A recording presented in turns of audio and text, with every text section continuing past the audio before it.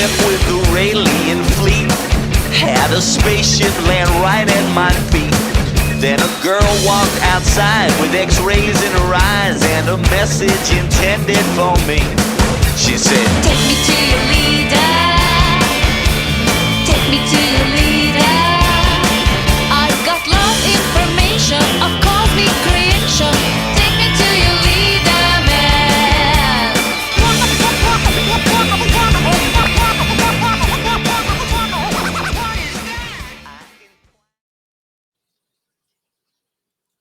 Yeah, hello and welcome to Unbelievers Podcast presents Russ Ryan's Believer Skeptic, the show that brings in the top names in the paranormal so we can find out who is the believer and who's the skeptic. I'm Russ Ryan, and joining me as always is Jack Sass. Hello, Jack. Hey, Russ. How are you doing tonight? I'm doing pretty good, man. I'm excited for tonight. We got a killer guest in store. Are you excited? Well, hopefully not a real killer, but We don't yeah, know I'm that excited. yet. I'm super excited. Good. Yeah. And don't be nervous. I know you're a little nervous about this. This is we got a big TV star for the first time. We our first episode, we got to talk to Tim R. Swartz from Mimics Among Us and Jeff the Mongoose and all that fun stuff. But tonight, oh boy, I'm so excited for tonight. So that's enough dicking around. Let's welcome now our guest for this evening. You may know him from the hit Netflix paranormal show 28 Days Haunted and the Paranormal Gumbo podcast. It's Nick Simons. Nick, welcome to Russ Ryan's Believer Skeptic. Oh, well, thanks for having me, you guys. Which one of you is the believer and which one's the skeptic? That's the point of this. We're going to find out. And It all kind of varies. Depends on I'm very depends happy on the topic, I guess. I'm very happy to be your first Z-list paranormal celebrity. oh no, you are definitely you have a rocket strapped to you after watching 28 Days Haunted. I'll get into some of that, but thanks for being here. Like I said, great. We get a TV star to come in here, and so yes, you were a part of 28 Days Haunted, the hit Netflix paranormal show, where you got sent to Connecticut to the what's it called, Captain Grant's Inn, where it was you and your buddy Aaron G. Thompson and Sean Austin. See, I was about to say. Not to be confused with the Goonies. I was like the guy from the Goonies. Yeah. All right. Yeah.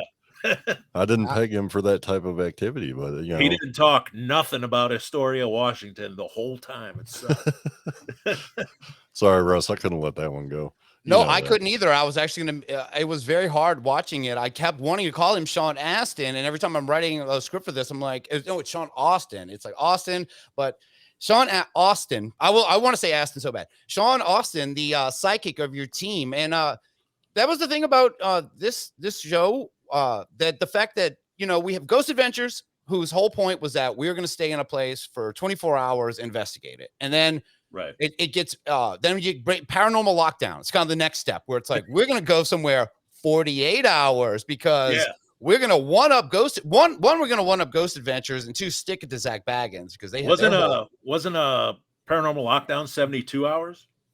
Was it 72? Oh, okay, all right. Maybe you got me there. But it's a weekend, Russ. It is amped up so much to where it is now 28 days based on the Ed and Lorraine Warren theory that staying in a place for a cycle, as they call it, a cycle, 28 days in a location. And I got to say, you got a cycle. You got a great location. Here is a little bit of this is where you got to stay. This is Captain Grant's Inn. And what was it? So this is your first kind of foray into being on paranormal television, yeah? Correct. Yeah. I mean, before this, I was a huge fan, big fan. I think we all kind of started out as fans of paranormal television. And then before, paranormal television, anybody that would have, been remotely interested in the paranormal would have been like, oh, that's weird. And then paranormal TV came out and everybody's like, I could do that. Oh, definitely. And I gotta say, yeah, I was a fan early on of the the early shows, the ghost hunters. I guess that was what they're called. The guys that were the plumbers. They kind of like broke the mold as being the first time you ever saw. Because I know I grew up being a big fan of Unsolved Mysteries and Art Bell and stuff like that. So once like television started becoming dedicated to it, but this is such a step forward in that it's almost becoming like Big Brother paranormal that you had to go through. And for that being your first time on, a major Netflix now is a major network, being on a major network show and having to go through an experience like this, like, how did it feel just walking in there the first time? Walking in there the first time, like you put that picture back up, that's almost the exact spot that we were standing when they took our blindfolds off of us. It was right there, that angle. And I mean, I took it off and I was like, oh, that's it. The executive producer comes running around the side of the building. No. You guys are supposed to be surprised. Put them back on. We're going to do it again. That's good to know. Yeah, that's a big element of the show is that you guys are going in blind, like literally blinded. They show everyone blindfolded in their cars, pulling up to different locations. Yeah, it almost is like, but it does have that Amityville vibe to it. Like it looks a lot. It does. It has that same shape for sure. Yeah, only it's about 200 years older than Amityville. How old's the Amityville house? Do you guys know off the top of your head? Because I sure as hell don't. I don't either, but I don't think it's like 200, and I don't think the Amityville house is haunted. So, it has that going for it. I got two skeptics tonight. It does. Yeah, you got two skeptics. Like I've actually read that many places that it was all just a wash, as we say in Iowa, as far as the Amityville house being haunted, which it very well could not be. Well, that's not haunted because it's currently occupied by people that live there, and they don't want anything to do with. Yeah, like or anything like that. This is just a nice house, and we got a deal on it because everyone's too scared to live in it. Can you just please leave us alone? And I bet it sells for a good amount though nowadays. Yeah. I mean, if the guy that owns the Ed Gein land up the street from me in Wisconsin could put it on eBay for $1 million, and it's really like 28 acres of woods. Yeah, but there's there's like 5 people in the world that are interested in that. It's like Zach Baggins and like you are, but that well, I don't know, you got that bag from Netflix. Maybe you could be interested in it, but it seems like a very small amount of people that actually interested. Well, I take it back. There are probably a lot of people maybe would want the Ed Gein murder house. Ed Gein was definitely a big influence in me early on too. I remember when there was the first serial killer comic book. Really, the way you want to phrase that. But Ed Gein was a big influence on you. All right. Yeah. Hey, man, I'm just throwing that out there. Maybe look, I don't have jars of nipples here or anything like that. Like Ed Gein was fascinating. I kind of got out of this. Only just started. Do you have a Volvo wallet that you keep your ID in? No, but I've got some interesting lamps around here. Anyway, speaking of which, I just want to say this real quick. I want to give a shout out to a friend of the show, Evil Nate, our official wrestler, Evil Nate. It is Evil Nate's birthday. There he is, Evil Nate. Oh, wow. Evil Nate, our favorite wrestler. He's a West Virginia wrestler who, you're going to love this, Big Nick. He dresses, that's him as the Mothman. He wrestles as the Mothman and as Bigfoot and he's very into Texas Chainsaw. That is actually the Saw from Texas Chainsaw 3. He owns that Saw, which is insane. I could tell us right away. I knew it. It's a sweet Saw. Yeah. Yeah, that's him in front of one. Says the Saw is family. That's it, and he has it, and that's our official wrestler. So shout out Evil Nate, happy birthday, buddy! Big fan of yours. We're talking about serial killers and Ed Gein, and so he's very into that. I'll have to go look up Evil Nate, but I'm partial to my hometown wrestler, Mr. Seth Rollins from Davenport, Iowa. So that's right. I got to go with Seth on that one. Sorry, fellers. Okay. Well, yeah. I mean, Evil Nate, he's up and coming. He's kind of in the Kentucky circuit. He is, he's working his way up. But yeah, I'm a big fan of Seth Rollins too. Seen him live a few times. Back when Shield was still going and stuff. Love Seth Rollins. He's a really cool wrestler. But I want to talk a little bit. Let's get to 28 Days Haunted. And I want to say, so your team was a psychic, and you and Aaron G. Thompson, another paranormal investigator, who's a close friend of yours that I believe you said you've worked with him. Like he was kind of your beginning in researching paranormal, right? You've worked with him for a while. Yep. That's actually how I got started. My wife used to work with him at a call center that they worked at. He was running around talking about, man, G. Thompson, I'm going to start a ghost group, this and that. And she's like, well, you can take Nick. He's as big as a door. And the rest is history. We got started out doing like residential investigations. And I think what's cool about going in and working with him is he's kind of like me. He's public about being an atheist that believes in ghosts. Jack Sass. I just saw you take a deep breath. Yeah. Well, I mean, I'm kind of along the same way. Like, I believe in ghosts, but I don't believe in ghosts at the same time. So it's Well, yeah. it's weird. So I understand that. And through working with him and just kind of cutting my teeth on investigating with him right away, I've kind of developed this mentality that I got to see it with my own eyes before I believe. You could tell me the most insane story out there, and I'd be like, "Oh, that's cool.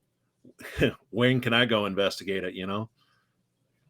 Well, and it's kind of, and the fact that, being, working with him, that you were able to get in there, and two kind of skeptical, pretty much hard paranormal researchers. Like, you're very into, using equipment and going in with an open mind, but being paired with not the guy from the Goonies, Sean Austin, the psychic and demonologist. And I got to say, Nick, you are like the king of the side eye. Like, I could not keep my eyes off of you, because you could not keep your side eye off of Sean. And anytime he spoke, especially at the beginning, anytime he brought up anything, you're just like, I'm just filming. But your face said it all. I could tell. I was like, they don't need to tell me this guy's skeptical. I can tell immediately you were very skeptical of what he was doing there. Took the words right out of my mouth. Yeah, that's all I'm going to say about that. You hit the nail on the head. My screen keeps going to sleep. Stop it. Yeah, there was a lot of things that we did on the show, and I was like, and I'm not saying like that we did that, like stuff that Sean did. It was just stuff that happened to us in general, and it was like, that's interesting. I'm not gonna get excited about it, but there was a lot of the nights that, when stuff did happen, the producers were like, how come you guys weren't like every other YouTube investigator? And was like, if you wanted people to be scared, why did you hire, seasoned investigators to come do this? Why, you could have very well gone out and got, you guys remember MTV Fear? They went and got kids off the street that had nothing to do with chasing ghosts, and were like, here, go have fun, and like launched them into, that was almost like Fear Factor. Yeah. That show, those kids were just terrified, screaming all the time. But that was the pull of that show. And I think a lot of people respected the fact that 28 Days Haunted had guys like you. And I wouldn't say even keeled. You're just keeled. Like, you were like John Keel, keeled the whole time. You're just like, you kind of kept your stuff together, even as stuff, built up and built up. But even the first night there, you are, actually experiencing things. Like, I could tell that you were actually a little bit impressed with the things that were happening in Captain Grant's. Absolutely. The poster, you posted a picture of it on Facebook, but that's the poster from the thumbnail. Yeah, there you go. That's actually the very first night there. We were filming downstairs, and actually in the show, that's when we were sitting over, and I'm cranking on that electrostatic generator, and out of the corner of my eye, I saw a shadow go down the hallway upstairs. And that thumbnail is me getting up from the couch right there and walking over and looking up the stairs, and they're like, gold right there, and turned me into the thumbnail for the show. That's another great thing I want to bring up, that yes, you are the official thumbnail of 28 Days Haunted. That your first foray into big network TV, you end up being the poster boy. And I gotta say, I'm sure everyone else, yeah, I know, cheers to that. And I gotta think that everyone else in the cast was probably wait. Oh, Jack's like, oh, we're drinking. Yeah, I'm sure everyone else on the show was like, wait, hold on, this is his first go, and you're gonna give it to the fat guy. He gets to be the poster boy. And I don't know, you say that and you bring that up a lot in Paranormal Gumbo, but you carry yourself well. You're a big guy. How tall are you, Nick? 6'7". How tall are you, Jack? I'm only just a measly 6'5". Yeah, you guys are both the big boys, and man, you guys would make a great team. And now, yeah, he would. I wouldn't say you can pretty much see eye to eye, literally. We could be the twin towers of the paranormal. We get shot down too quick. Hey, was that too soon? Oh, okay. Yeah, it's been 20 something. Grab that one and run with it. God, you can. Well, I guess we can't get kicked off YouTube since we already did. But yes, another paranormal investigator has hit the tower, sir. All right. Yeah, that'd be me, and that's what me and Aaron will be saying as we're running around your knees while this is going on in some fantasy situation. Aaron rides on my back like Master Blaster from Thunderdome. Hey, it's just a boy. R.I.P. Tina Turner. Too soon? No. He's the master. He's the blaster. Yeah. Perfect heights to rub heads. Oh, speaking of rubbing heads, I wonder if our friend is in the chat tonight. I don't know if you've noticed. I've got my crescent moon painting up here. We'll see if Crescent shows up tonight. Oh, that's the one that posted that. Yeah, there you go. She's still out there. She should be around, hopefully. And yeah. So that's actually one of the things I want to talk about. I'm glad you brought it up. So this is called the spectrometer, right? I've never seen electrostatic generator. This is an electrostatic generator, and that set off Alexa. Alexa, shut up. Then go to settings. All right, I'm gonna say this to Alexa. Get off of me! All right. You get. Back off. That's it. Back off. All right, Jeremy's already made his first appearance. Jeremy's in the house so far. But so this is one of the pieces of equipment. Now, one of the things this show is known for, of course, is everyone using just kind of top of the line and kind of out of the box paranormal technology. What exactly does this thing do? So that is a 6th grade science experiment right there. That thing is 2 wheels that create friction when you crank on it. That sends them spinning, and there's little brushes that rub up against those metal plates. If you put the picture up, you can see there's little metal plates on the outside of those wheels, and that creates static electricity that goes into the 2 capacitors that are right there at the front of the screen. And then I see them there. On the top of the capacitors, there's those stainless steel balls that are kind of angled towards each other. That actually discharges each capacitor and causes like a spark, like a Jacob's ladder. And static electricity is negative ions, whereas the ions that are coming out of actual EM pump is positive ions. And there's old investigators, Mark and Debbie Constantino. They are in the news for something else outside of investigating. You can look that up at your own leisure. But they had a EVP of a ghost allegedly commenting on an EM pump saying it hurts, turn it off. Whoa. So the theory behind the electrostatic generator is it's the opposite of the ions that are coming out of the EM pump. So we decided, to try to charge up the spirits of the location with static electricity rather than the electricity or the energy that comes out of the EM pump. So it's like an agitator, basically. It's like almost a provocation where you're. It's like throwing chum out when you're going fishing. I got you. Like instead of trying to read EMF, you're kind of throwing it out there. Yeah, kind of like amp it up a little bit. Why look for it when you could just fill the room up with it? Well, it seemed to work. This was I believe that was like one of the first nights, and yeah, like you said, that you're looking on the stairs, and immediately things happen to you guys, and again, I got to go back to the psychic, and I got to say, I watched a lot of paranormal TV for Unbelievers podcast. I've covered I've covered way too many, from the small and crappy to the biggest of the big.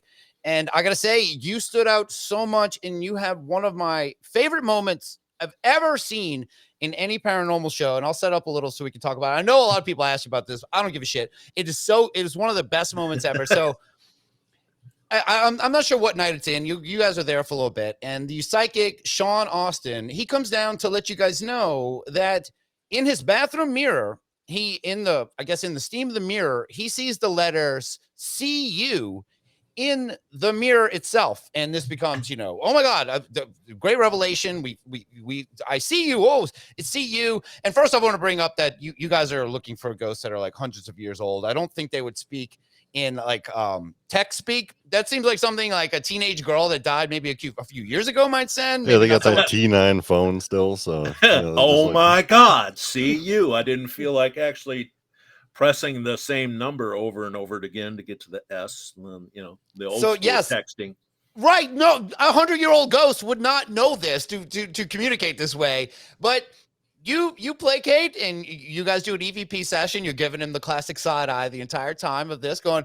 And so while you're doing this EVP session, you're asking who did this? Who put these letters in the mirror for Sean the psychic? And Sean, unfortunately, he sets himself up to be for what is to come, because you guys do the EVP session and they ask, who sent this? And the first thing it says is he did. And it's like, okay, that's a little vague. Maybe it means, there's a male spirit here. And then he pushes further and says, what do you mean he did? And it says, Sean, and you look at me and go, oh, it said it was you, right? Wasn't the first thing Yeah. you said, Sean?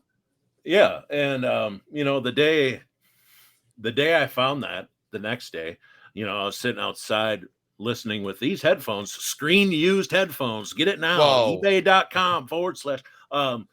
We'll do one of Jeremy's raffles for those. Gotta cash in. Yeah, it was waffle raffle with the Ferris wheel thing or whatever. But the day I found that, I like threw my headphones off and I was like, fucking whoa. And Aaron was right there. I was like, come here, listen to this. And I played it for Aaron, and he was like a YouTube thumbnail. It was intense. Around it. This was about probably about Aaron would look like. Every paranormal YouTube channel is that thumbnail That right face, there. and every shot of you looking at Sean is this. What is that anyway? Or maybe you'll get a little more cross. You might pull this one off too. But where are you getting these pictures? Don't worry about it. He's just dragging and dropping. It's like where all these 80s pictures coming from? I got it. Those are all Oprah crowds from a different show I was doing, but they stay around for a reason. They're great reaction pictures. All right. He used like a face detection from an old episode of like Maury or something to get those. What was the guy that was before Maury? It was Richard Bay was one of the classics. I used to like Richard Bay. He had lots of sound effects. Would be like, "You're busted." I don't know if no. What was the guy with the white hair? Phil Donahue. Oh, Phil Donahue. There you go. Yeah. But yeah, the day we actually presented that audio, I was like, "Ooh, this isn't gonna be fun." Because they wasn't. Because you pushed it even further, where he's kind of going, maybe he didn't say Sean. He's like, who really said it? And it's almost like the ghost is really want to tell you. He goes, the psychic. Like, do I need to break this down anymore? So you have an EVP of a ghost saying Sean, him, and the psychic did it. And of course, you're on. You're going to be on television. You're being filmed all this time. You're locked in this house, and you're just like nonchalantly call him out. And he's trying to be like, dude, come on, why would I do that? And you're like, I don't know. The ghost said it, not me. Like, what do you want me to do? Yeah, that's all I did was just play that audio clip, and the rest of the picture was painted on its own. We'll say that. Yeah, it makes sense to me. Yeah. So I gotta say, and I want to say, I know this being your first time on a big paranormal show, did you really expect that you would actually be because to me, even though he does the wrap up, you are kind of the big star of you guys' segment. Now there's of course 28 Days Haunted follows 3 different locations. You're the only all male location too. And you did kind of stand out. Like, I know Aaron's your buddy and everything, but Aaron, I mean, if he was getting paid by the word, like, I don't know, he must have made out really well. Like, I think you talk way more, like, you are definitely more of the feature as far as like the investigation goes. So much to the point. There was one really interesting part. I like when you, so what basically in your story, was it a dream? I think he has a dream the first night of the name Adelaide, and it leads him to a grave. And here you are, you guys are you checking out the grave, and there is a cemetery on the property, right? That is actually across the street. So the grave that the flashlight's on there is actually Captain Grant's grave, allegedly. Then the grave behind my arm is actually Mercy Adelaide's grave. She actually lived a long old life in Captain Grant's Inn alone. A lot of people get paid lots of money to find graves with dowsing rods, and they're really good at it. Matter of fact, I think if you look at the Google statistic, that like 90% of people that use dowsing rods to find a grave for the very first time are successful. So that night we were out there, we'd walk over the cemetery that night, and we spent probably 5 hours over there just shooting different shots and getting drone footage, because they always film way more than they need. And I just pulled the dowsing rods out, and I was walking over Mercy Adelaide's grave, and the dowsing rods are coming together and touching, and then hitting other graves, and they're coming together and touching. And I walked over Captain Grant's grave, and they didn't do anything.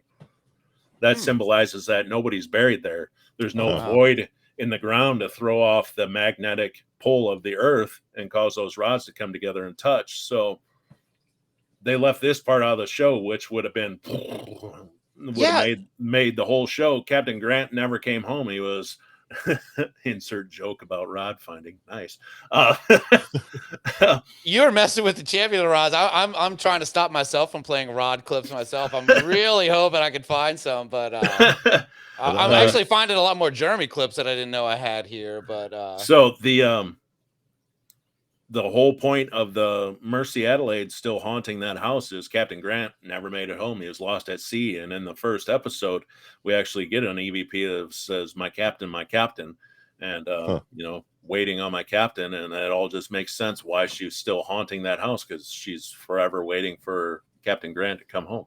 that makes a lot of sense. And I wish that would have been left in, because it does just seem like he has the dream with the name and you guys just kind of wander around. At least you guys got to leave. I felt bad for it. Looks like Jeremy, besides just going on the front porch to smoke, he never really got to leave that little that Madison's. And I know our listeners know we did a whole episode following Jeremy's adventure. So getting into we it was your home state boy of Louisiana. Was I on that one? Yes, you are, Jack. Yeah, and, was I there? No, yes, you were. Not only were you there, but there was some of the art we did.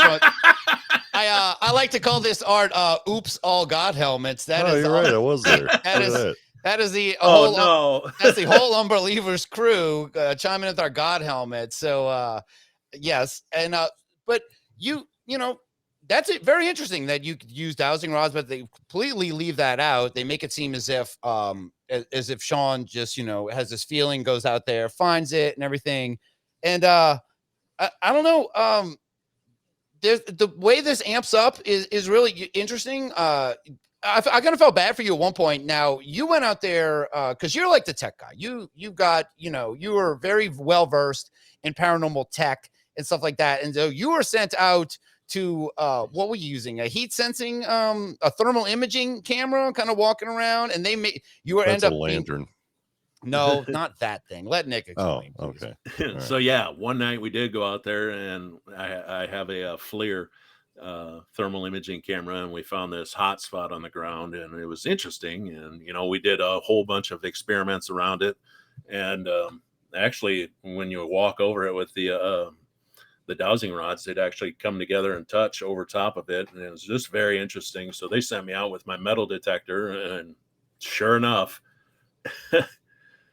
I was actually shaking my head when my metal detector dinged over top of it. I'm like, come on. So yeah, you found a copper pentagram buried, I found a copper pentagram. And by that time, this was towards the end of the 28 days. When I pulled that up, I looked right at the camera. I said, you guys are effing with me, aren't you? And they're like, no, bury it again. I was, fuck. Bury it again. Yeah, because the first huge discovery moment when I cut it out of the ground, they wanted me to be shocked. And I was like, really?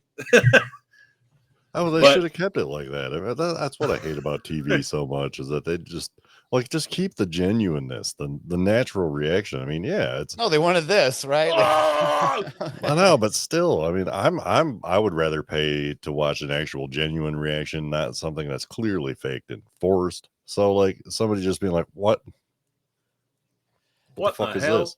Yeah. I'd pay more to watch something like that than I would again, if they'd went out and got a guy that just started metal detecting, you probably would have got that guy, the O-face guy. But I've been metal detecting almost as long as I've been investigating ghosts and hauntings. So just to find that, I was like, oh, that's cool. And I'm like that all the time. One of the huge reviews that we always got, it was always thumbs down review, but it's they're all acting. And my wife's like, Nick's definitely not acting. He's very dry, just no big reaction. That's a refreshing thing about it. And the thing is, I know the balance now, because I listened to your Paranormal Gumbo show. So I kind of know a little more about you, and watching you on there, you definitely see you were being very serious through it, which is appreciated. It feels like most people are that get in there are trying to amp it up. And you're in a place where where Sean is definitely trying to amp it up and making it, very ethereal and this is very deep and psychic level. And you're just like, just show me the evidence. I just want to see something. You actually find it. I did feel bad that you were the only one sent out there to dig. I was like, they show them inside, really just maxing and relaxing, and you're out there. They're just chilling. Air conditioning is nice. It was hotter that night. It was hotter in Connecticut than it was in Iowa. I shit you not. It was probably like 100 with like 90% humidity. I'm like, come on, can't Yeah, we wait there's for? just something about those humid nights. Oh, Yeah, man, and like there's a scene where I call them all out to look at the crap that I found, and you can see I'm just glistening. Yeah, it does, but the way it kind of pulls off. Now I know you have your hat on, but a lot of times you don't, and you got a kind of a cool slick back look, like kind of hipstery, kind of shaved head side to your hair. So now my hair looks like, you remember Rob Zombie's Halloween? Yes. Yeah, now I kind of look like Hobo Myers. Oh, there you go. There you go. It's kind of grown out a little bit. Yeah, you definitely got the cool like throwback slick flair back on look. that. That's nice. Oh, Yeah, you hurt my definitely had a neck. killer look too. And the way you guys this whole story kind of amps up is that towards the end there you're trying to the psychic kind of takes the lead, and you guys do some investigating, but the big moment after of course the see you in the mirror, see you next mirror, was the almost poltergeisty activity happening where a chair is thrown down the stairs, and he's almost getting in Jeremy Leonard territory where he's almost going demonology, where he's trying to get this spirit to cross over to the other side. And what was that night like? That kind of that final night, because things really do amp up in your story. Yeah, so that chair falling down the stairs, it just always has rubbed me raw. It's like, was it off balance or something? A couple nights before that, somebody on a Harley did like a John Force. You know who John Force is, right? The big drag race car driver. This guy on a Harley did like a John Force burnout in front of the house 2 nights before that shit fell down the stairs. So I'm like, they know we're here. Because, you'd stand outside during the day vaping and drinking coffee, and the garbage truck would pull up and see all the production trailers. And it's like, what in the hell are you guys doing here? Mud jacking. And so, I was starting to get this own like conspiracy theory in my mind that the townspeople are starting to figure out that we're here, and they're probably like coming up here at night and like horsing around or something. And then next thing you know, all that shit falls down the stairs. And if you go back and watch the show, at the time that crap fell down the stairs, I was in the basement doing a solo, and I heard all that commotion from that. Aaron and Sean are upstairs, and I hear them screaming, and I thought maybe they were finally duking it out. So I'm booking to get out of the basement, and on my way out of the basement, I see a machete handle sticking out of the wall, and I grab this machete handle and go trucking upstairs. And in the show, there's a split second of that final night where you see me come around the corner of the staircase, and you can see me holding that machete. And they left it in the show. You got to go frame by frame, like back in the day when Braveheart come out on DVD, when he hits that guy in the face with the mace. If you go frame by frame, you can actually see his face turn into CGI. So, wow. You just go frame by frame on 28 days, and you can see the machete. All right, yeah, and it should be easier doing it on Netflix on a computer. I got a question here from the chat. Someone wants to know, what's the Pandora here? What's the coolest thing Nick has found metal detecting? What's the coolest thing? A 3 Merry Widows condom case from the 1800s. Whoa! Oh, hey, there 1800s condoms. That's back when they were still intestines. The bingo. You got that right. Nasty. It's good stuff right there. How do they feel? Like real skin. like I'm wearing nothing at all. All right. Yeah. Oh, look, you're wearing a pig's colon. All right. Yeah. So I will say, of all the stories though on there, the one criticism I did see about of course everyone's going to criticize, especially a show like this that is not on a paranormal network. This is on Netflix. This is like for mass audiences. This is a push for everybody. So a lot of people who don't normally follow paranormal shows, of course, watch this show. But one of the few gripes I saw about this was about that chair incident, and they're like, well, how did a chair fall down there? And then all of a sudden there's a cameraman at the top of the stairs. Now, I mean, you were the one that was there. Did the cameraman maybe just go up there later, or was he there when it happened?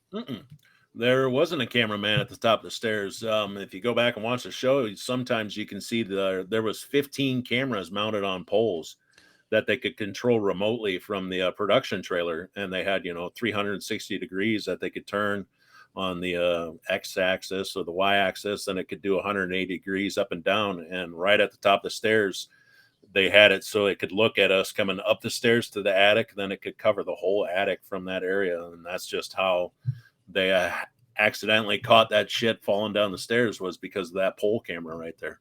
So All I right, have you a hear that, question. Reddit? Yeah, go ahead. How close to the stairs was this chair? Was it like right on the edge of it, or did it have to be pushed a good distance just to go down? It would have to go, at least 4 inches for the legs to clear the lip to go into the actual staircase. All right, so not very far, but still Yeah, a considerable distance, considering that there's really nobody around it. Yeah, 28 days. We actually did 28 days. I still have my vacation forms hanging on my wall in a frame at my office down at work of 30 days off of work. It's pretty cool they gave you the time off, though. Yeah. I'm salary, so they're like, yeah, whatever.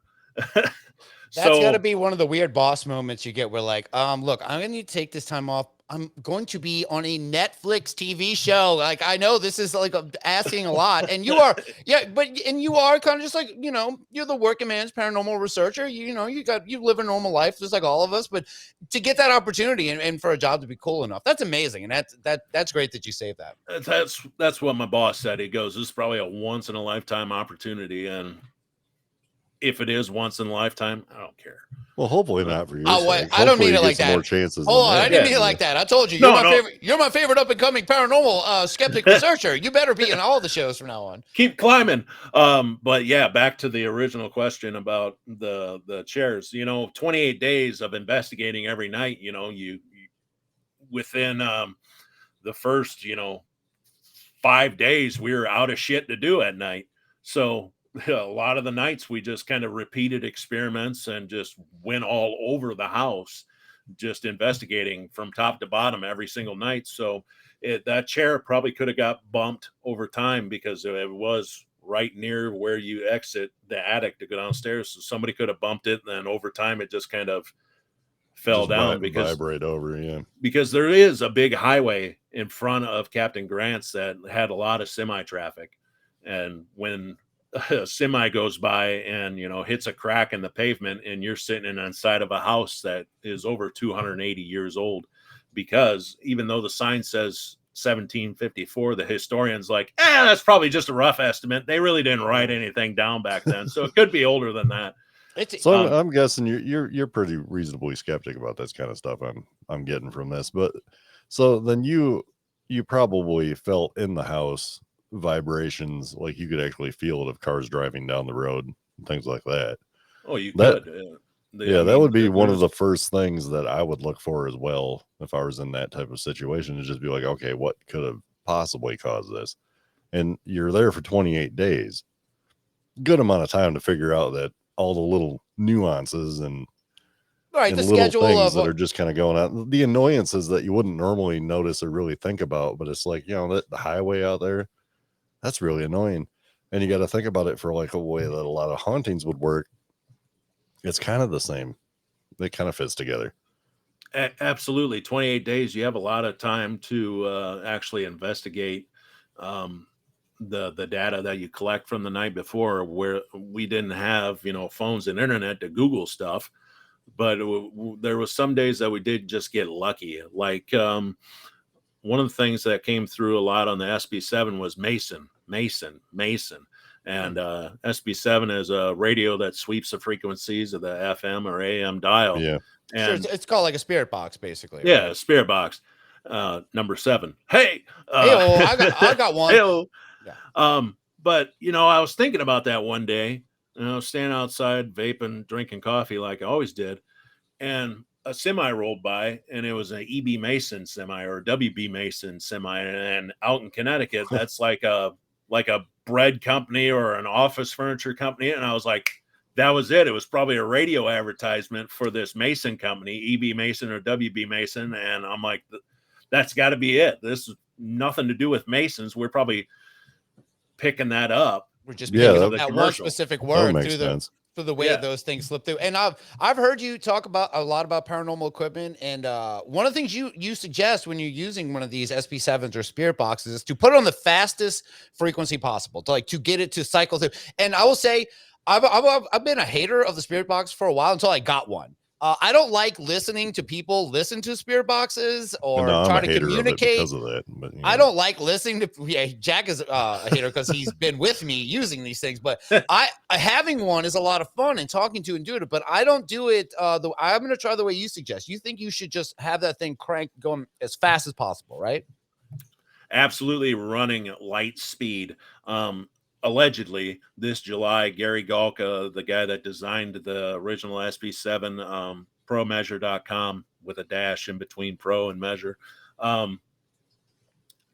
This July, he's supposed to be releasing a spirit box that instead of doing 100 milliseconds top speed, it does 10 milliseconds top speed. That's like light speed compared to how fast the ones that are currently available go. And it's supposed to be $500, but I'm just going to buy it anyways, just because of that ability to go even faster. Yeah, Well, you've got Netflix FU money now. Like, forget it. Like, go ahead and buy all those things. Like, So like investigation. I need this thing. I So- am kind of curious about the money though. No, Like, no, we're not going to talk about that. I want to talk about the money. Like, do you get a royalty for it or anything, or is it just it was a one-off contract? One-time payment. Was it good at least? Great vacation. I'm not asking for an amount. I just want to know, was it So I'm going to let your listeners know how much of a hillbilly I am. When I got home, I bought a side of beef. That's awesome. pretty damn Put it in the good. fridge. Yeah. You're talking to the guy that's got a tattoo of a cow chewing on a piece of grass. So of course I'm going to do redneck shit with that money. That's awesome. I wouldn't expect anything less from you, Big Nick. And I would say the way your story wrapped up, you guys, a lot of stories wrapped up pretty cleanly.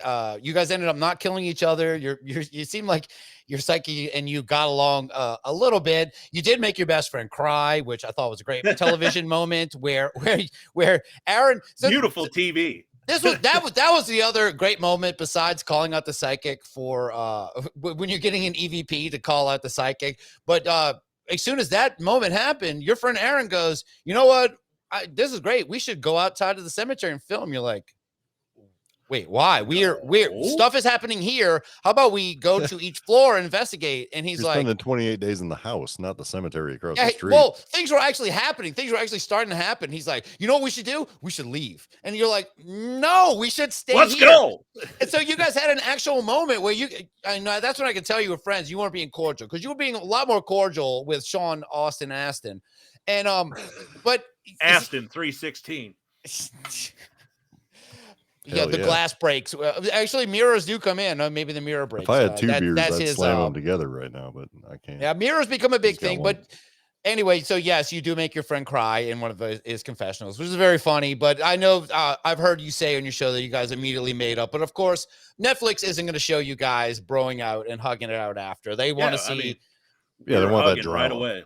Where he was like, "Yeah, you were right, this and that," and I was like, "I'm sorry." And shout out to the chat for Pandora 3374 with the Reverend Horton Heat reference. Oh, okay. All right. Let's see. We got Dremy Stereo with the beef, Primus beef, reference. Eat a big old steer. Well, you got some Primus references too. Oh, Oh, yeah, God. shake hands with beef right there. Oh, there we go. Damn There we right. go. Shake They're hands just with going beef. off about me buying a side of beef with Netflix FU money. Look, those are both ladies. The ladies love when Big Nick's talking beef, and they're like, "That's what You wanna we see the need." cow There you again, go. huh? Oh, let me get that out of there. There you go.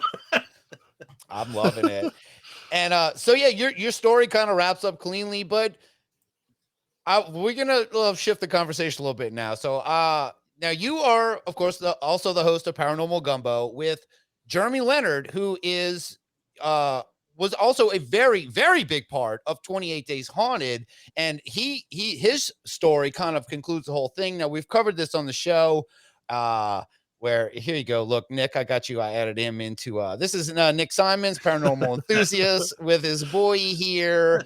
That's from that was from a local Iowa news story done about you, where they're talking about different haunted locations. But you're becoming a big star in local Davenport, Iowa, and all that, where you're being on there. But yeah, so, I can't go anywhere without having to sign autographs and kiss babies and so You should run his for kind of office. yeah. So I gotta say this. So I wanna talk a little bit about Jeremy's story. Now, Jeremy, of course, got to use the God helmet. Now we've already showed oops all God helmets here. So the very end, this is a question, and maybe I have it for him, but he's not here, but he's your boy, but you've watched the show. So when you first saw it, now you and Jeremy kind of connected through being on the show together, even though you aren't on camera together at all. You guys now do a show together. A very great show. I'll go check out Paranormal Gumbo. Really fun podcast. And but his closing to this is very insane, where he's using this God helmet to enhance his psychic abilities and everything. I wanted to ask, would you ever or would you wear a God helmet? Never had the chance to. That's way too fancy for my taste. I have zero interest in wearing it. Jeremy described what it's like to me, and I'm like, this it's not something that I'm like, oh man, I got to do that. He actually said they made that out of a Transformer mask. I'm like, that's bad. It does look like one. Yeah, no, it is. You mentioned it. Yeah, it is an you confirm this on your show that is an Optimus Prime helmet that was converted into a God helmet, which I think is great. Which is yeah, why not go for it as far as that goes.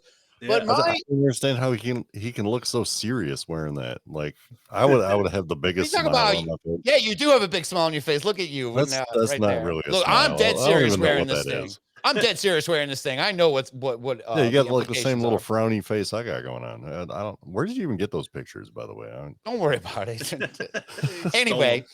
Anyway, so I want to talk a little bit about the very last shot of the show. Now, yours ends. Okay, we'll get there. Your story ends with the psychic Sean going to the grave of Mercy Adelaide. I don't know if you saw this.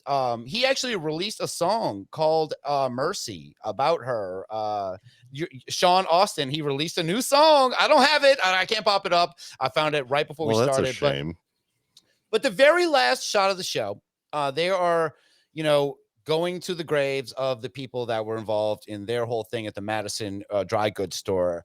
Yep. And the very end of your entire series is Jeremy Leonard turning to the screen and looking like this, as if to hint that he might be possessed himself. Now, I know he's not, because, he goes through a lot. He has a heart attack on the show. He deals with the God helmet and everything. But what did you think when you saw this last shot? The implication is there, right? You you want to know what I thought? You remember the end of the Thriller music video? He turns around. That is where I was going with this, and it is exactly this. Look at this. The last shot of 28 Days Haunted, and right here, and I got a great mashup that someone sent me today. Check this out. Oh, so Big Nick, I think this is. I was going to ask about Paranormal Gumbo merch. I think this is your first shirt right here, Jeremy. That's at least a sweet poster. I don't know about a shirt. That's a lot for a shirt. Midnight and Gumbo's cooking in your kitchen. It definitely is.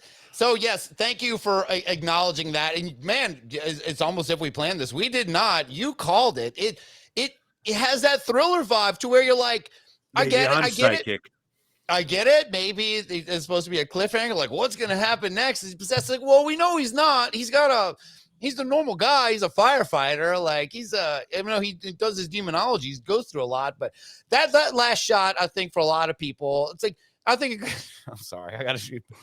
It is funny, and I do love Jeremy a lot. And I've got Jeremy. Here we go. He's so great on the show, and I'm sorry, our fans really love him. Hexes, spells, witchcraft, black magic, diabolical assignments, male face, and the evil eye. This Jeremy listing Paranormal Gumbo on Spotify. Check this out. Exactly, right there. Give him some ratings. I will say this: the reason that 28 Days Haunted and even you came on our radar is because of Jeremy Leonard. We covered the Ghost of Morgan City show a few years ago, and I'm from Louisiana. I live in Lafayette. I'm from New Orleans, and Morgan City is not very far from me. So when I saw that there was a ghost show about a city not far from me, I was like, oh, I got to check this out. And Jeremy stood out to me, but it just because I was like, whoa, this is a local Louisiana guy who's doing things. But Jeremy is a nut. Like I love the guy, and I think he's hilarious. But it's not only just the things that he does on these shows. His whole private, well, not, I wouldn't say private, his whole maybe, I don't know, call his Facebook persona and everything else about him is pretty great to me. How did you guys click as far as that goes? Because you never are together on the show. No, we are never together on the show. We actually met in Los Angeles, California. I had just finished watching Ghosts of Morgan City. So let's back up. I had, outside of Sean and Aaron, I didn't know who else was on the show at all for like a year. There it is. So a year, almost about a year after we filmed this, we flew out to Los Angeles to kind of do some additional final voiceover things. You know, you kind of stuttered here in Connecticut, so we just need you guys to correct that. And they had pretty much the entire cast there. And so I just finished watching Ghosts of Morgan City on Discovery Plus because I got it free at that time. And I'm sitting out on the porch of the hotel, just sitting there relaxing with Shane and Brandy and Amy and Ray. And here comes Jeremy out. And I was like, oh, man. And he finally got to meet him. Always goes to hug him. He's like, back off. I said, back off. Back off. Back off. He always says that we're the most country out of everybody on the show, him and I. He always gives me shit. He goes, man, you were starstruck in LA. I'm like, no, that was just, I just finished watching Ghosts of Morgan City and I was just a little excited. Might have had a couple to drink, but I was just a little excited. I wasn't starstruck. Oh, I would be too. And I will say this, and I'll show you why, because now I'm going to let you know why we took such an interest in Jeremy. Now, of course, we cover the paranormal. We're a comedy show, and you know, we like to do a little good-natured ribbing, as we like to call it, I guess. Of people, and Jeremy was like kind of I'm not gonna say a target, but he was just so fun to break down his clips, and I'm gonna show you why right here. I don't know if you ever seen this. This is a classic thing. I don't think I've ever played it in a long time, but here we go. I want to show you why we love your boy so much. And welcome to Jeremy Knows Best, guys. I have this huge dilemma on my hands. Okay, Jeremy Knows Best. Have you ever seen this, Nick? Should I ask? This is awesome. I can't wait to show you this. Guys, I have this huge dilemma on my hands, okay? Give you a backstory. I'm trying to go on a diet, okay? I'm a fat man. I need to lose some weight, okay? Like, seriously. But see, here's the problem I'm having. All right? I went to the store to get me a cold drink, and I go to get back in the truck, and I happen to notice I parked next to is that a Popeyes? Okay, so these biscuits? Is that a Popeyes? Now, this has become a classic clip. Everyone of that listen show loves this. We love it. We have it to mix into other stuff. God bless your doctor. Popeyes. So I'll go on a little more. Here we go. Let's finish this. Oh my God. Should I or shouldn't I? The angel on this shoulder saying, no, Jeremy, don't do it. Don't do it. You're doing so good. This little fella here saying, do it. Do it. Do it.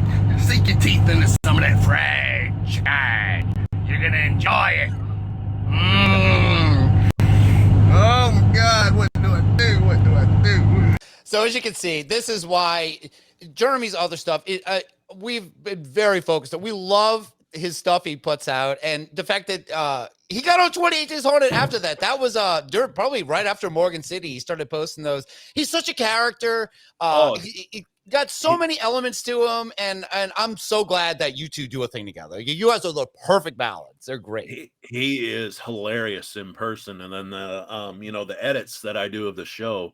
The first time that we put our first show up and I had that little blurb in front before the intro comes in, he's like, man, I just love those. That is hilarious. And in person, he is, he's both a Southern gentleman, but the funniest guy in the room at the same time. When we were in LA, he was holding doors for ladies and stuff like that. But at the same time, he was cracking old jokes that you'd expect to hear from like your retired neighbor. And it was just awesome. And that comes out a lot in Paranormal Gumbo too. I have one little clip from Paranormal Gumbo. I love this. You guys are getting so good together. You finish each other's sentences. Listen. Extraterrestrial biological entity. Yay. That you guys talking about EBs in one of your early episodes. And Ebens. the Ebens, yeah. And that's the other thing about your show that's so fun, that you guys are, you're very into ufology and conspiracy. So let's throw out a couple conspiracies. This is Believer Skeptic. We haven't got into it much. You guys talked about the moon landing and not believing in the moon landing. Jack Sass, I'm gonna ask you, where do you stand? Did we land on the moon in 1969?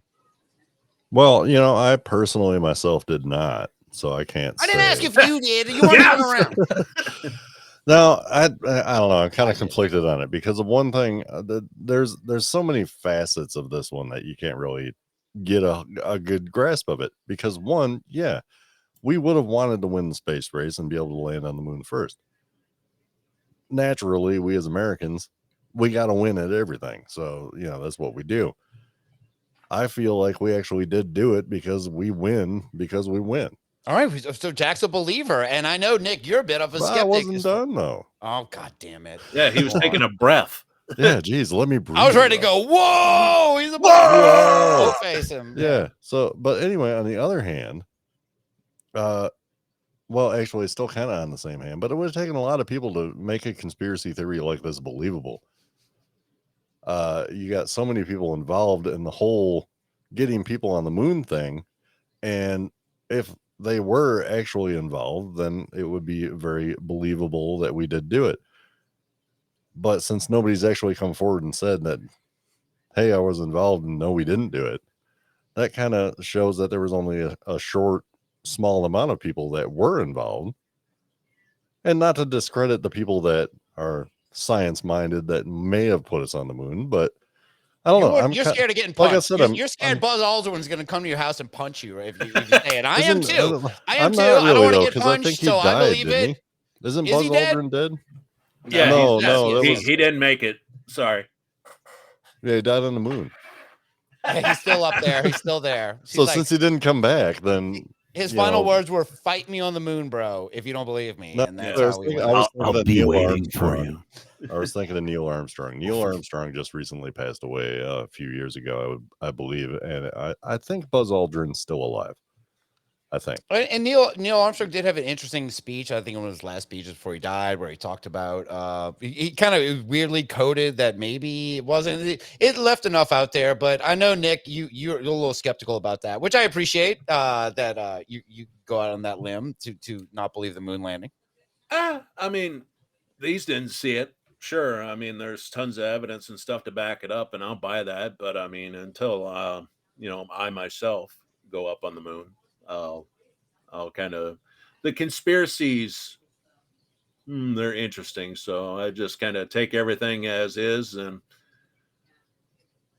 I think we'll find out one day whether or not we made it. Because you hear about China made it to the moon, and They went ice or water or something on the moon. China went to the moon, planted a flag, then they went back to the moon and realized that their flag had been vaporized by the sun and had to go back a third time and had to go back a third time with a sunproof flag or something like that and put it. How on do you the make moon. a sunproof flag? Like Just what different- materials do you make that out of? Because everything is affected by the sun. Yeah, different materials that can stand up to those UV rays. But you've never heard about us, fixing the flag that they had to sit down and It's just get it to wave with a zero. The biggest problem with the moon landing, and I would like to believe it. I mean, I have the scientific mind to be like, yeah, there's a possibility that we could have made it there. But to me, the biggest thing is we haven't been there in almost 50 years now. Yeah, I mean, 40 something, 46, 48 years, maybe something like that. Okay, it was Early so 70s. easy to get there, like 5, 6, like They lost the technology. NASA How do you says they lose lost the technology? We have the technology. It's a bureaucracy. It happens. We are video chatting right now on this thing, and they lose the technology to get to the fucking moon. They're getting there. They got those 230,000 miles away. I can Yeah. drive that in a year. They've Just got like the ships. they lost all the documents on Roswell. They lost all the documents on the Glock. It's gone. Just like you guys' 401k in 2017 or 2018, whenever that was. That's gone. Oh yeah, 2000. Oh, that's what happened. Yeah. But Well, another like a it's little. just it could easily be like, it's not that hard to get into space. Tesla put a freaking car up there. How hard is it to get to the moon? I want to see that Exactly. cool Tesla Well, you truck got to up go there. through the Van Allen radiation belt, and that's the big one of the big red flags that everybody always brings up is, oh, it would microwave your insides going through that twice. Yeah, but they're in And an aluminum can. It kind of blocks a lot of it. yeah, It yeah, is one of but- those things. I want they're to in a believe. Faraday cage. I really want to believe, and then the more you think about, like, well, how did they have a camera set up to like pan up and take them taking off? There was nobody. There's a lot of weird stuff about the moon, but one Yeah, I of the did actually read a cheesy explanation of that where like Neil actually went onto the capsule first to set the camera and then go back into the capsule to he be had a like, little string. and then just be like, oh yeah, one small step for mankind, one small step for man, one giant leap for mankind, as he's rolling the camera that he already set up out there. Yeah, That one to me small already step to shows set up this fakeness camera. right there. But that's the true like YouTuber way now. So like all YouTubers do that shit now. So it's just like, hey, nothing's real anymore. So why couldn't it have been not real back in 1969? So the moon landing is probably one that we could go on for hours about. Oh, But that's definitely I'm into like the wacky Yeah, conspiracy. we really like, opened one up. Yeah. those are the fun ones. Like, have you ever looked into the mud flood shit? No. Oh, this is new. So This is new to me as well. There's a group of people that are beyond flat Earth, and they think that in the late 1800s there was a giant mud flood. So like when you're in Boston and you see those buildings that have like partial windows sticking out of the sidewalk, and the sidewalk kind of goes "Bleh," like that, there was a big mud flood that the government's trying to cover up, and Whoa. they I don't think provide anybody else would remember this. historical imagery with their claims in these YouTube videos, and it's like the one guy posted pictures of Atlanta after General Sherman came through and burnt the hell out of Atlanta, and they're like, look at the mud, they're covering it up, and it looks like it was destroyed in war, but it's really the mud flood that they're using the war as a cover up for the mud flood, and it's gold. It is pure gold. That's great. Look it up on YouTube. I'm gonna have to look that one up. All then. right, yeah. Unbelievers, check out Mud Flood. This is That's- definitely new to me. One of the there's another fun. Actually, the opposite. There's another there's so not many. very fun conspiracy that I learned about from you, and it is known as the Villisca Axe House, and this is called the Villisca Axe Murder House. I didn't really know about this. This is going to we've bring actually you. covered that on Spirits one time. So yeah, I will tell you, Nick. Jack has a show called Spirits and Spirits where they drink spirits and talk about spirits. Great Oh, show. wow. You should We go drink a pop lot on of there. alcohol. Yeah, you'd be a Oh, great wow. guest on that show. But this is I guess is something you guys both know about, and you've actually been to this murder house. I've it's in actually spent Iowa. the night Yeah. there. Yeah, it's in sunny Iowa. I've spent the night there. Blah, mush mouth today. Most comfortable hardwood floor that you could ever sleep on in there, because the beds That's are saying something antique. right there. Yeah, can't sleep on the antique bed, but I've slept on the floor a couple different times. And yeah, June 9th, 1912, into the 10th.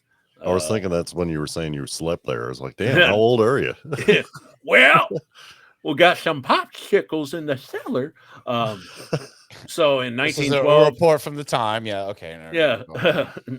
that was another from the Phil Donahue show, wasn't it? Yes. So 1912, Axeman takes out J.B. Moore, his wife Sarah Moore, their 3 kids, and 2 girls having a sleepover downstairs with an axe, and just wanders off into the darkness, never to be heard from ever again. They never solved the crime, even to this day. It's still on the Iowa Cold Cases website. You can look it up and read all about it. There's an interesting book out there called The Man from the Train that links various murders from the late 1800s all the way until 1916 that all kind of match how this murder was done. And they're all unsolved murders. And yeah, it's definitely worth checking out, because at the time, Villisca was a small town, so it was all he said, she said, high school bullshit. And everybody was pointing fingers at everybody, and it kind of turned the town to fold in on each other. And then it's all fine now, But yeah, it's very interesting how many people they pointed fingers at and said, "You fucking did it, didn't you?" So And these people went on trial for it. I remember that they actually kind of linked like the Cleveland torso murderer to it as well because of how the proximity was to the railroad tracks. And it's just, to this point in time, I don't think it's ever going to be solved just because there's no provable way of solving it.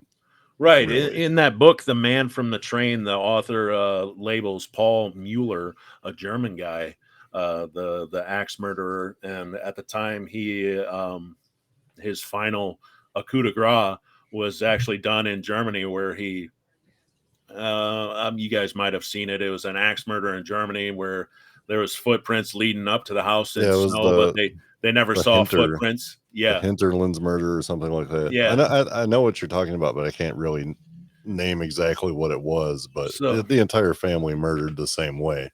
yeah, the author of the book ropes this guy Paul Mueller into that, and Johnny Hauser, who's actually the caretaker of Villisca Axe Murder House, he tells me you're fucking full of shit because he swears that it's not Paul Mueller, and him and I drink Busch Light together all the time, even though he's 4 hours away. But he's a good guy, and if you're ever in Iowa, I definitely recommend checking out the day tour because it's a very historical house. There's no power, no running water. It's exactly like it was in 1912, and it's They just kept it. That's cool. You get the full 1912 experience, and I know there was a preacher came forward, but he's a very small man in stature, and in this case there was like markings of the axe hitting the ceiling where it had to be a very big guy. They're Responsible still for this there case. today. Yeah, and the other part about it was that this was early days of telephone where it was kind of put out there on like almost party lines where basically everyone in the town knew what was happening and they all went to the house to clean up the blood and clean up the scene, just the citizens. So any kind of, even though physical evidence of a murder scene was very spotty at best at this time anyway, but there was no hope for finding any evidence in this case because basically everyone in town showed up to clean it up. So I want to ask you, you've stayed there. I know you said you slept there in this great 1912 experience here, sitting on those very comfortable wooden floors. Did you get anything out of this? Any kind of EVPs or any kind of hauntings from this place? We, Aaron and I actually were part of staying there that night. And Aaron had the sensations of hugging one of the little girls there. And there was plenty of EVP to be had. We did a Estes session, or if you watch the 28 Days Haunted, it was an Estes session method. And, but we did the Estes there, and Aaron was asking the questions, and I was wearing the blindfold and the headphones and everything. Again, these headphones, screen used, ebay.com / nah, I'm just kidding. You already called me up for my big ass headphones. I want those, and I could be like, these are you do have some big ass headphones. Looks all right. Now you made me self-conscious about it. I didn't realize I had so big You look like the guy that licks his fingers in down Periscope. We did the Estes session in the Axe House. And when Aaron stopped filming and started shaking me, I was saying that I bashed their fucking heads in with an axe. And like I was like half asleep when I was talking to Aaron about it, and like I don't remember like being in the moment saying that, but it was just wild to experience that there. And I've been there other times. We actually went there with my wife one time, and we walked upstairs, and I turned my iPhone on and was just recording our experience upstairs. And she's like, "It's hard to breathe up here." And you hear a little voice going, "Squeezer." It's just, it's wild. Yeah. Wow. And so I guess, is that a place that like you can stay there, or is it kind of a museum, or how does it work? Do you have to get special permissions to stay there? Or is it like an Airbnb? Nope. You go to, I forget the website. It's like Villisca1912.com, and you can book yourself a night there. It's a little expensive, but yeah, you can stay there. I will say cool. You can also stay at Captain Grant's Inn. I did look it up. It's about $179 a night to stay in some of the different rooms there. It does function as an Airbnb, the place you stayed there, right? Yes. Yeah. Did, It's did you Do you have- Airbnb it the whole time you were there? Did you have to pay No, for yeah, it? they had to pay for Yeah. they had to pay for They're like 29 days because they the weren't three sure. of you pool your money together, and I was like, okay, I was like $800 a night. Shit. Oh man. Yeah. So So we say this- do have a question here really quick from somebody Alright. in the audience that I do kind of want to get out. I know we're getting a All little, right, here we little go. late Yeah, on we got a time. question here. We got what's been your favorite moment while investigating from D34DP001? Oh, I'm not reading all that. Okay. It's Deadpool 31. I mean, come on. Oh yeah, I see that. Oh, clever. Okay. Jesus. Fuck, All dude, that right. was pretty Well, edgy. you know, as Deadpool 131 would say, well, back in my day, we just wrote Deadpool. Anyway, yeah. So what has been your favorite moment while investigating? Probably the coolest moment that I've ever had while investigating was I was investigating a little place in Southern Illinois called Ashmore Estates. It is in way Southern Illinois. Probably one thing to note, if you do visit Ashmore Estates, the next town that's like 10 minutes up the road is Charleston, Illinois, which is home to the very first Jimmy John's ever. So if you can go hell there, hell All yeah. right. Whoa! Whoa, you gotta be kidding. Jimmy John's, get the F out of here. So Man, yeah, that shit is fast. freaky fast, like Jeremy's eyes right there. All right, but yeah, I'm sorry. I'm not trying to hit all these Jeremys. Get off here, Jeremy. Jeremy, you're not on this. Maybe later we can get you, but please. So we spent the night in this former poor farm / asylum, Ashmore Estates, and it was about 2:00 in the morning, and we were upstairs, and we weren't really having a whole lot of activity. And there's a room upstairs that they've remodeled to look like you were walking right back into the 50s. And the rest of the building is all blown to hell. There's exposed lattice and 2x4s and studs and stuff. And but you walk into this room and everything looks brand new. So I walk in there and I put a blindfold on and I'm sitting on the bed, and out in the hallway you can hear heels coming down the hallway, like a nurse wearing heels. And then the heels stop in front of the door and you can hear the pebbles scratch like the heels turn and face us. And then they walk into the room. And this is all on YouTube. If you look up Afterlife Sessions Ashmore Estates, you'll see me before they were famous. Yeah, I want to say, check out Afterlife Sessions. That is your other show, and that was with Zeke Sethwell, your partner That's in those. him. Those are some really great documentaries. I know you directed some of those, and as you and Zeke, those are really, really well done. I know this was probably 2020 when you made those. Very interesting stuff. And you also did a series called Ghost Crier as well. So I'm going to plug that as well. Yeah, out Russ has done his fucking Check out research. Ghost Crier on Goddamn. YouTube. He has been looking forward to this day. I love Nick. I really, like I said, you were my favorite new character in the paranormal. And as you can see, I'm already very deeply invested in your buddy Jeremy. Whoa! Oh no! So I gotta say this now. Jeremy Leonard is one of the people lucky enough to have been recreated in a paranormal show, which is a dream of mine to either have something happen to me where I need to be recreated. Now, Nick, have you ever been recreated in another paranormal show? I have not. Now, if you What is that question though? Like, Well, what is that? Well, our buddy Brendan Shea, investigator, has been a part of a recreation. Now, we cover a lot of paranormal shows. Oh, We do a okay, lot all of right, I get what you're recreations saying. of shows. I'm Where going they to say, use a different actor to play. well, they use a you. different, they okay, use all a right, I very get it now. generic actor. I would ask you, Nick, if you were to be recreated, who would you want to play you? That's a good question. I'd want a you Is guys that ever seen the movie? Ever seen the movie Black Dog with Patrick Swayze? Yes, a very long time ago. I would long want time that ago, yeah. era Patrick Swayze to play me. Okay. I would was say, going to hardened- suggest Zach Wilde if he was an actor, but you know. oh, that's a pretty good I've one, met too. Zach Wilde. I was a huge Black Label Society fan. That's actually a Black Label Society Fuck yeah. cross right there. Oh hell yeah! I met him and like I shook his hand and it was like sticking my hand in a ball pit at McDonald's. Like I stuck my hand out and my hand just went whoop, and it was gone. He's a Then big it went dude. whoop, and my hand came back. I was like, Jesus, he stood up and the sun blocked out like the episode of The Simpsons where they block Mr. out the Burns sun. blocks out the sun. Yeah. And he's like, shook my hand, and he sat back down, and I was like, holy hell, that was a big dude. He was probably And like, that's you, and you're 6'7", Jack 6'5". I'm not any. I'm 6, and but I gotta say, I definitely thought I'd try to think of a bigger actor that would be able to portray you. And I was thinking, I don't know if you ever seen Game of Thrones, but the guy who played Tormund of the Wildlings. Oh, the the mountain. mountain. Yeah, the mountain. No, not the mountain. This was a guy, but he was also in those Priceline ads. If you ever go to a hotel and you see that really William tall guy. Shatner. No, Yeah. no. This is a guy who played Tormund, but so I actually tried to recreate. I think if anything is going to get recreated with you, it would be your experiences with 28 Days Haunted. So I kind of ripped up from Trailer Park Boys. something here. Yeah, this is So you would be Tormund here, and Sean Astin. Sean Austin would of course be Sean Astin. Why not? Like, let's just go with that. Is that the dude from Faith No More on the left there?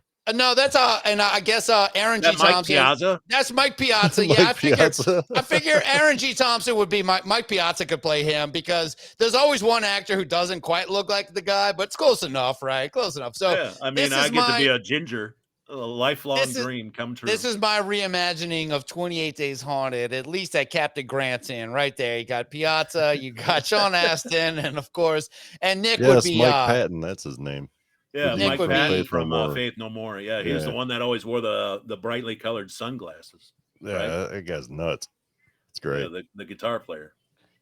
I did not expect this episode to go this route, but you can never expect where Believer Skeptic's going to go. And I'm going to say, I'm going to say, as far as I go, if getting close to wrapping this up, I'm a bit of a believer as far as in the EVP aspects and the things you found in this. Like, I don't really believe in Sean. I do think Sean faked it. I do think Sean did write in the mirror, and I think the ghost called him out for it. So I'm saying I believe in ghosts, but maybe not psychics as much. Jack Sass, where do you stand on this haunting? Well, just hearing what Nick has said so far, I'm going to go with that, because he is skeptical on things, but he did have his experiences. I'm going to go with that. It's a good haunting. I'm going to go with that. The psychic is full shit, and I'm going to stick with that. All right, because most psychics are. I just don't believe in them. You know. Some are okay. I wasn't totally on board with Sean. And I got to say, Nick, it is fun researching you, because you also come across this guy. Now, Nick, do you know who that is? That's Gene Simmons' kid. That's Gene Simmons' kid. It Nick does look Simmons. like Gene Simmons. It's Nick. Exactly. This is Nick Simmons. So when you try Not to look to be confused with Netflix superstar and Nick tractor pulling Simons. wizard Nick Simons. I know. I was like, whoa, is Gene Simmons your dad? It's like, no, he is not. Well, And, Ace Frehley is his dad. Everybody knows that. all right, well, hold on. We're not throwing bombs out there, right? Like, At least we'll his save that dad's for not another day. Tommy fucking Thayer. Now he's gonna get all like Thriller on you, get upset. So all right, before we go, I want to say I have one question to ask though before we go. Is that Paranormal Gumbo merch coming soon? I know you've mentioned it. I'm really looking forward to it. You guys gonna make some shirts? Working on stickers and shirts. I'm working on actually getting my name right here, Big Nick Simons. I'm trying to get a logo done of like just this monster me holding a voice recorder down to a little bitty ghost. That would be great. Big I Nick got the Simons perfect person investigating. that could do that for you. Yeah. Oh, it's kind of like the same guy that did the cartoon art for Paranormal Gumbo is going to draw that up, but he's just been Really. You talking about really, the artwork really right busy. here? Yep. That was pretty So I cool. wanted to ask, so I had you an got issue. Jeremy right there in the middle. Okay, That's I got to pretty say cool. something. I wasn't gonna bring Jeremy's this up. actually the crawfish in that, and I'm So the he piece is- of corn. I wanted to say, as someone in Louisiana, when I first saw your logo, I said, why is there corn in the gumbo? Now, look, I love gumbo. I'll take crawfish. I'll take Mothman and Bigfoot and aliens. Corn. And then when I listened to the honestly, show, I thought it would have been a cheesy poof. no, I That's all. realized Nick was from Iowa, and I'm like, Nick has got to get Iowa in there. Corn representing, I'm sorry, not Christina. What the hell was that? All right, get out of here. I was thinking this, but so I want to say this. Did you so were you responsible for the artwork for this? Yeah, my friend down in Alton or Atchison, Kansas, his name is escaping right now. NZ Doodles on Facebook, Eric Ensberger. He scribbled that up. He's always just been a a big fan of my work, and we've kind of chatted for 5 years. And I was like, "Hey, I'm gonna give you some money, draw something up," and All right. he came up with that, and bam. That's a Can good you, logo. I like it. It is good. It's a great logo. Definitely encapsulates the show, but you might need to call him out because I don't know if you knew there was another show called Paranormal Gumbo that ended before yours. Have you ever Really? seen their logo? It looks like this. Oh, I'm sorry. Hey, look, this is it's journalistic hard to make integrity a where I love gumbo you, Big thing. Nick. I love you, Big Nick. I got to call it out a little bit, but this show, it ended about a year before yours started. But, you know, you like comedians who kind of come up with like, and if you're going to make a show called Paranormal Gumbo, of course, gumbo pot with all your things. You're gonna have to do the gumbo pot. Yeah, I like. I It is can see a parallel. slight similarity, but it's I don't see parallel it being thinking. like. It's definitely parallel ideas. I get it. I'm not we accusing you. I'm not accusing you of ripping it off. It's definitely a case of parallel thinking. But when I did initially search for your image, this came up, and I was like, "No, that is that not ain't right. Yeah. That is not the same Paranormal Gumbo." But if you go, yeah. So anyway, just yeah. All right. I'm sorry. Look, like I said, Just this believer just do the, skeptic. I gotta hold their feet. Oh yeah. I'm sorry. As soon as I showed this, Nick, oh no. Oh no! So I might as well end this show on the worst way possible. And no. To be technical, I could just smooth it all over right now. Just go back in and put those same little guys over a hill of rice, because that's how you guys eat gumbo down there in Louisiana. And I just take his logo, just like just take it. Like, yeah, he ain't take using it. it. Like, what are they anymore. gonna do? Yeah, they're not doing anything. They ended their show a long time ago, and not only did they end their show, they took all the audio files offline. You can't even listen to the other Paranormal Gumbo if you wanted to. So you guys are the only Paranormal Gumbo left. I appreciate it. Yeah, because I think Jeremy looked at him and gave him one of these, and they ran off. I believe it. I believe it. He said, Back off. he gave him the side. Back off. Go on, Gia. Well, I know we thank you so much for being on. Nick Simons, thank you so much. And I wanted you to plug your dates. I know you're doing some paranormal conventions coming up soon, especially in the South. What do you got on your plate? Pepsi's Jones says goodbye. What the hell's Pepsi's Jones? That's a peepus for sure. A Bepsis. So my date's coming up mostly in September and October. I'll be both going to Wisconsin on both those days. As of right now, I may have. Oh, you going to the Hodag Festival? I wish. Me too. I want to stay in the Hodag Airbnb. So there's a Great Lakes Paranormal Conference that's going to be in Sheboygan, Wisconsin, and we get to investigate the infamous Sheboygan Asylum. So that'll be fun. Oh, yeah. Right. Then Wendigo Fest in Manitowoc, Wisconsin, way up past Green Bay, don't you know? And that'll be cool just to see. My brother used to live there. Yeah.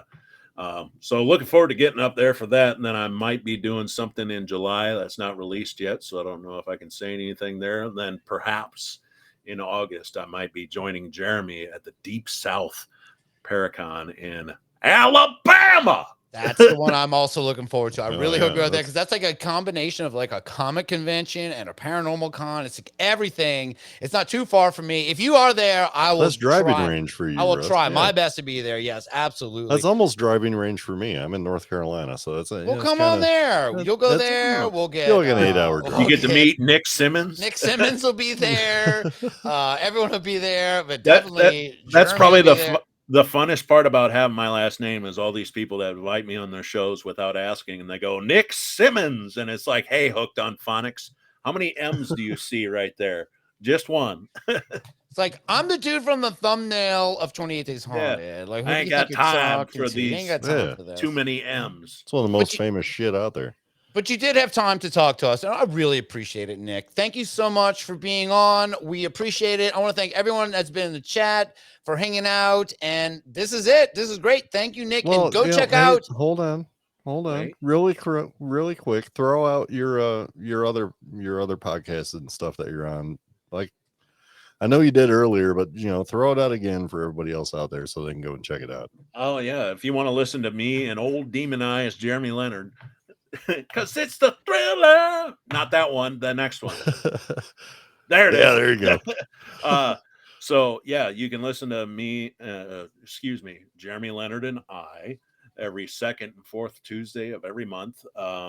Actually, next Tuesday, we just recorded this last night. We did about 2.5 hours with Brandy, who stayed with Yes. him in North Carolina. So next Tuesday's show will be the psychic hotline with Brandy Marie.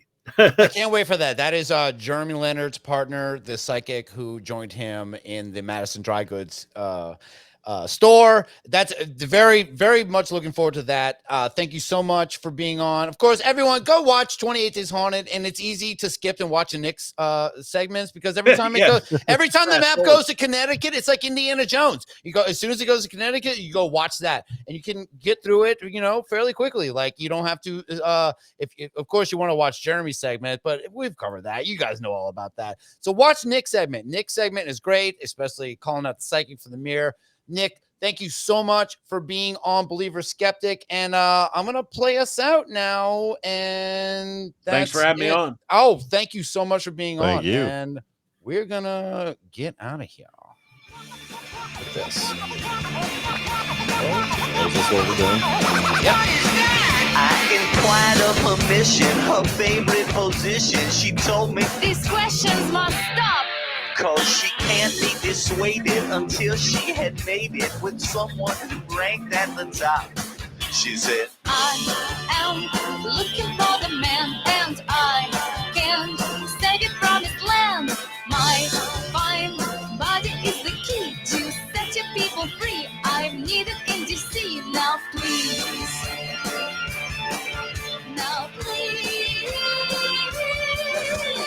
take me to your leader.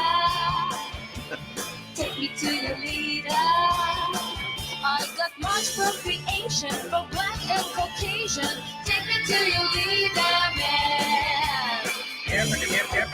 Russ, where did you find this damn song? You know, this song sounds like the song that they play on Coast to Coast. Oh, yeah. I never knew there was monsters in my headphones closet. were spinning with visions of women like her floating high in the air. I said, why not take me to your planet? You see, we can work on the translations there. She said, I am looking for the man, and I can save it from his land. My fine body is the key to set your people free. I'm needed in DC. Now please. How long are you going to let